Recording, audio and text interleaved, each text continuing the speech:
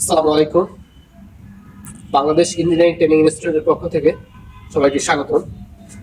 আজকে আমরা একটা বিষয় সবাইকে শেয়ার করব, সেটা হচ্ছে বর্তমান বাংলাদেশে যে ডিপ্লোমা ইঞ্জিনিয়ারিং পড়াশোনার কার্যক্রম চালু আছে, তার মধ্যে সবেমাত্র আমাদের ডিসেম্বর 1 তারিখ শেষ হইল ইন্ডাস্ট্রিয়াল অ্যাটাচমেন্ট প্রোগ্রাম।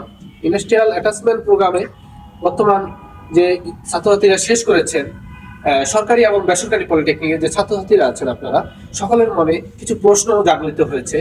অনেকে আমাদেরকে ইনবক্স করেছেন, বিভিন্নভাবে ফোন দিচ্ছেন, সবার অ্যান্সারগুলো সেইভাবে দেওয়া হচ্ছে না।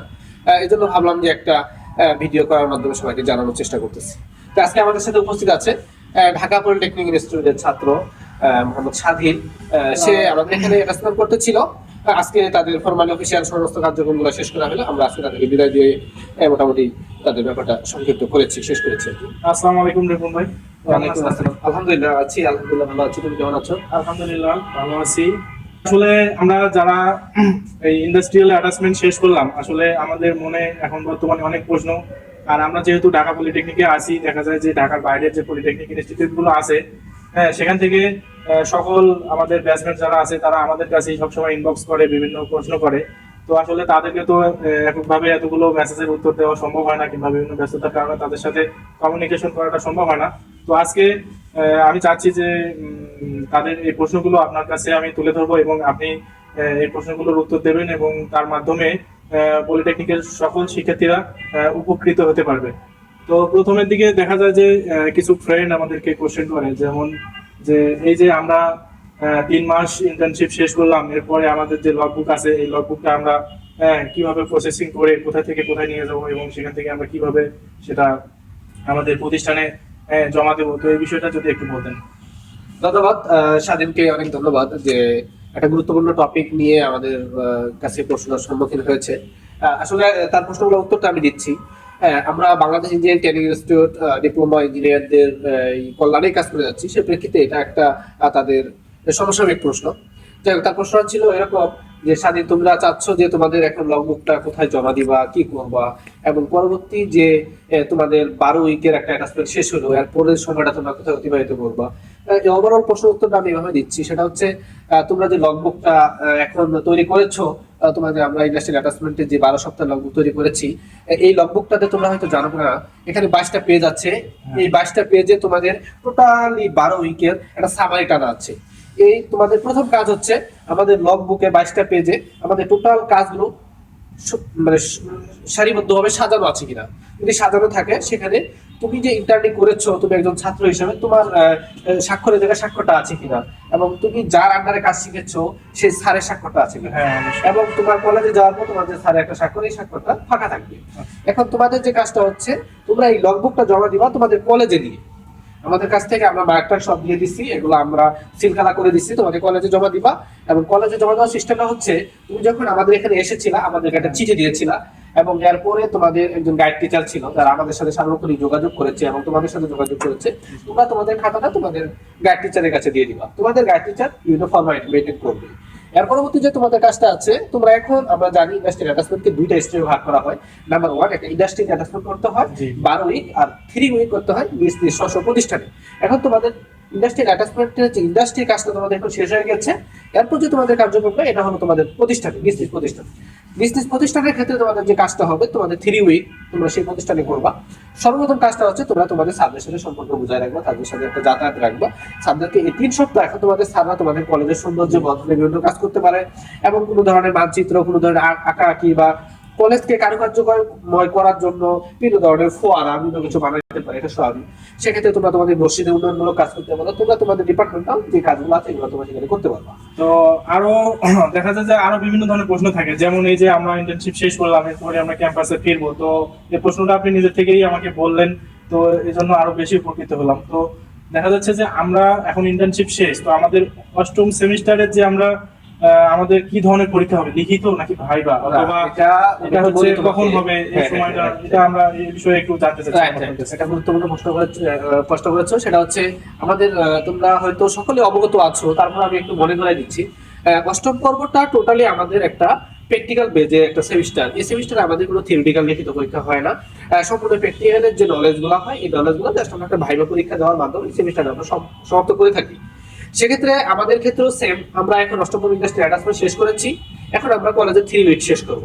এই সময়টা শেষ করার পর আমরা এই রানিং যে সেমিস্টারে আমরা যে ফর্ম ফিল আপ করেছি আগামীকাল 6 তারিখ মধ্যে আমাদের ফর্ম ফিল আপ শেষ হয়েছে।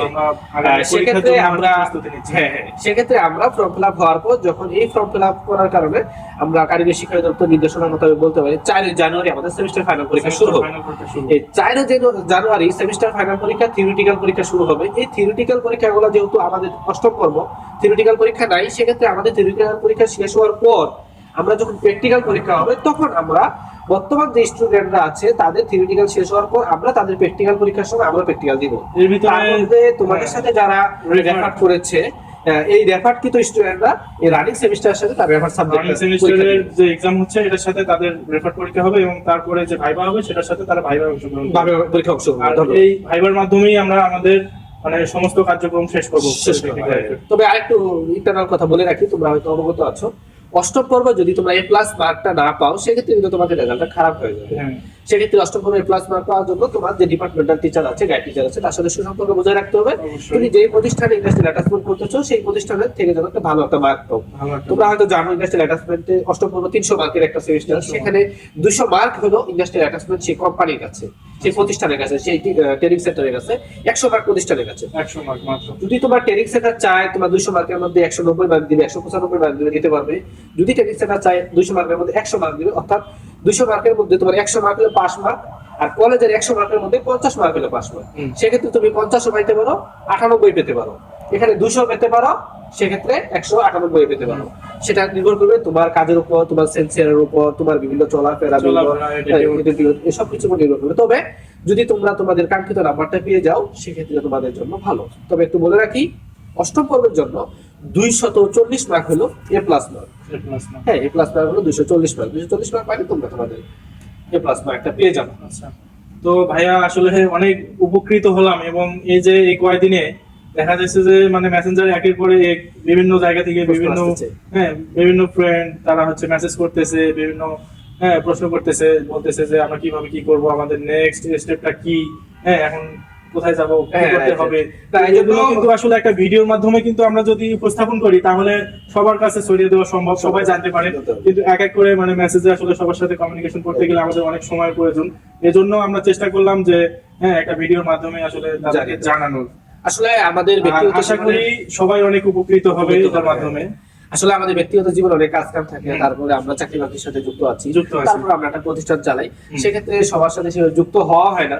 এই জন্য আমরা আমাদের ভিডিওটা আমাদের বাংলা ইঞ্জিনিয়ারিং ট্রেনিং ইনস্টিটিউট পেজে দিয়ে দিব, আমার ফেসবুক আইডিতেও দিয়ে দিব। আমার ফেসবুক আইডি আসলে রিপন ভাই কিন্তু বাংলাদেশ ইঞ্জিনিয়ারিং ট্রেনিং ইনস্টিটিউটের একজন মানে পরিচালক। উনি হচ্ছে আমাদের ডিপ্লোমায় যারা ইন্টার্নশিপ করবে তাদের সুবিধার কথা চিন্তা করে তিনি বিভিন্ন ফ্যাসিলিটি রেখেছেন তার ট্রেনিং সেন্টারে, এবং এখানে ইচ্ছা করলে পরে মানে সকল পলিটেকনিক থেকে আর্কিটেকচার, সিভিল, এনভায়রনমেন্ট সকল এই 3টা ডিপার্টমেন্ট থেকে স্টুডেন্ট প্রায় 500 সিট এখানে ফ্যাসিলিটি আছে, মানে 500 সিটের ব্যবস্থা আছে আর কি।